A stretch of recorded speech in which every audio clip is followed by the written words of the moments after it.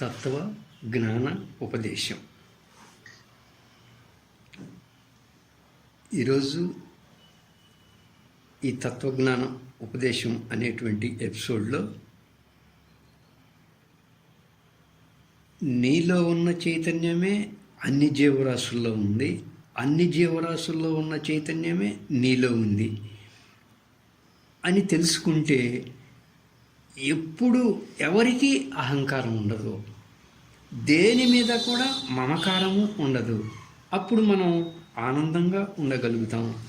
ఎప్పుడైతే నువ్వు ఈ సృష్టిలోని అన్ని జీవరాశుల్లోనూ నిన్ను చూసుకుంటే, అంటే నీలో ఉన్న చైతన్యమే అన్నింటిలోనూ ఉందని, అన్నింటిలో ఉన్న చైతన్యమే నీలో ఉంది అని ఎప్పుడైతే తెలుసుకున్నావో ఇక అహంకారానికి మమకారానికి ఎక్కడా తావుండదు. అంటే ఎవరి మీదైనా మనం గెలుద్దామన్నా నేను వేరు ఇతరులు వేరు అనుకుంటేనే మనం ఎవరినన్నా గెలవాలి అన్న భావన ఏర్పడుతుంది. అందరూ ఒకటే అన్నప్పుడు ఎవరి మీద గెలుస్తాం? ఎవరైనా గౌరవ అవమానాలు, జయ అపజయాలు, అవమాన సన్మానాలు ఇవన్నీ ద్వంద్వాలు కదా. ఈ ద్వంద్వాలన్నీ కూడా ఎప్పుడైతే ఏకత్వం ఏర్పడిందో, అంతా ఒక్కటే అన్న భావన ఏర్పడిందో, ఇంకా ఎక్కడా కూడా ఇలాంటి ద్వంద్వాలకు చోటే ఉండదు. ఎవరి మీద అహం ఉండదు, ఎవరి మీద ప్రత్యేకంగా మమకారము ఉండదు.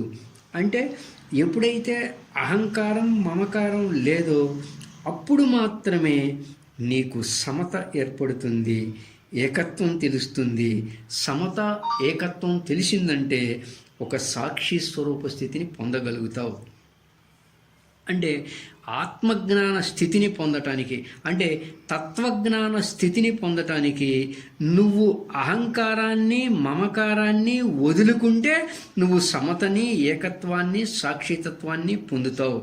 ఎప్పుడైతే నీలో అందరినీ చూసుకున్నావో, అందరూ నీవు ఒక్కటే అన్న భావం ఏర్పడిందో అప్పుడు సర్వభూత దయ ఏర్పడుతుంది, క్షమ గుణం ఏర్పడుతుంది, సార్వజనిక ప్రేమ మనం అనుభూతి పొందుతాం. అన్ని సత్వగుణాలు వాటంతట అవే వస్తాయి. అహంకారాన్ని మమకారాన్ని వదులుకుంటే మనం ఆ స్థితిని పొందగలుగుతాం. సమాధి అంటే అర్థం ఏంటయ్యా అంటే అహంకారపు మృత్యువు.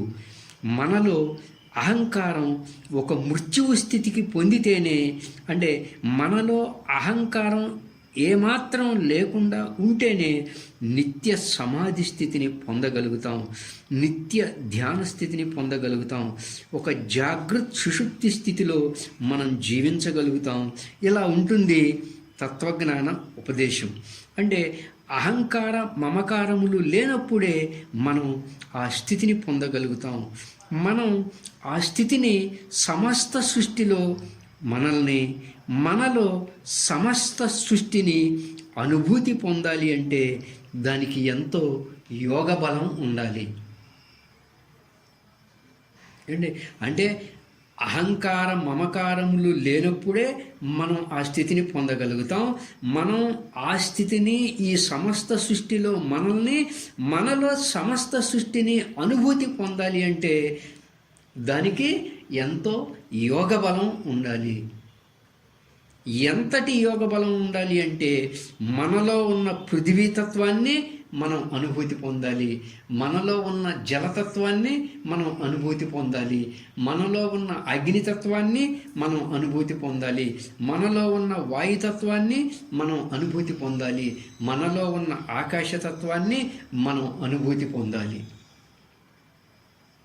ఒక వ్యష్టిగా మనలో ఈ పంచభూతాల యొక్క తత్వాన్ని అనుభూతి పొందాలి. మనలో ఉన్న పృథివీ తత్వమే విశ్వంలో కూడా పృథివీ తత్వం ఉన్నది. అంటే యత్ కఠినం సా పృథివీ. అంటే ఈ ప్రపంచంలో ఏదైతే కఠినపు భాగం ఉంటుందో, ఏదైతే గట్టి భాగం ఉంటుందో అదంతా పృథివీ తత్వం అంటారు. అంటే వ్యష్టిగా మనలో ఉన్నది పృథివీ తత్వం, ఆ పృథివీ తత్వమే విశ్వంలో కూడా ఉన్నది. విశ్వంలో సమిష్టిగా ఉన్న పృథివీ తత్వము, వ్యష్టిగా మనలో ఉన్న పృథివీ తత్వము రెండు ఒకటే అని ఒక విరాట్ స్వరూపంగా మనం అనుభూతి పొందాలి. అది యోగ బలంతోనే సాధ్యమవుతుంది. మనలో ఉన్న జలతత్వమే ఈ విశ్వమంతా ఉన్న జలతత్వము. రెండు ఒకటే, రెండు ఒకేలా ఉన్నాయి. అంటే మనలో విశ్వంలో అగ్నితత్వం ఒకేలా ఉన్నది, మనలో విశ్వంలో వాయుతత్వం ఒకేలా ఉన్నది, మనలో విశ్వంలో ఆకాశతత్వం ఒకే రకంగా ఉన్నది అని ఆ విరాట్ స్వరూపంగా అనుభూతి పొందితేనే మనం అంతటి తత్వజ్ఞాన స్థితిని పొందగలుగుతాం.